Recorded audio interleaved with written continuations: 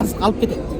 Ол анан ошо боюнча келбей коет. Бизде дептерде 100 000, 200 000 арыздары бар. Качып кеткеним Олар качып кеткендери дагы бар.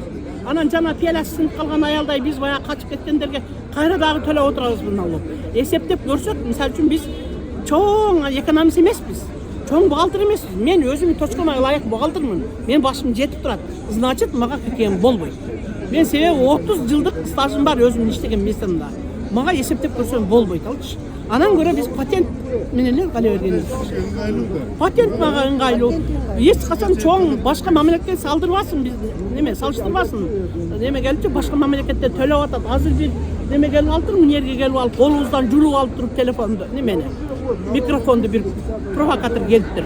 Төлөйсүңөр, эмнеге төлөбөйсүңөр деп желкеге бир коюп кетип атат мени. Эже ККМ менен патенттин айырмасын айтып берсеңиздер, мисалы үчүн ошо Патент канча төлөйсүз айына патентке?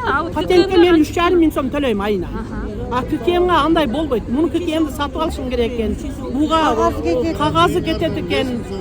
Короче, эң арзан аппарат 5 миң сом экен. Аны дагы мага ошол кемпирлер 5 сомдук чупа-чупты болсам деп 50 сомдук бирдекени басып алсаң өлдүң. Кайра сен аны обратно чыгара албайсың. Бизге окшогон базарчыларга болбойт. Базар боюнча эле калыш керек. Паспорттарыбызды алып коюшкан, данныйлардын баарын киргизип коюшкан. Анан шарттарын түшүндүргөн жок. Өзүңөр барып налогдон сурап алгыла деп айтышты. Паспортты эмне себептен алдың? Паспортту ошо жанагы ККМге өткүлө деп алышты да. Качан? Кол койдурушту бир документине. Мисалы бир чегиң өтпөй калдыбы, бирде мен туура эмес өткөзбөй калдымбы, тияктан бирөө келип баса калат экен да. 40 миңби, 150 миңби штраф салат да. Кайсы чөнтөктөн төлөйт? Мисалы бир шапка сатасың, 200ге алып келип 300ге сатасың 100 сом кошуп.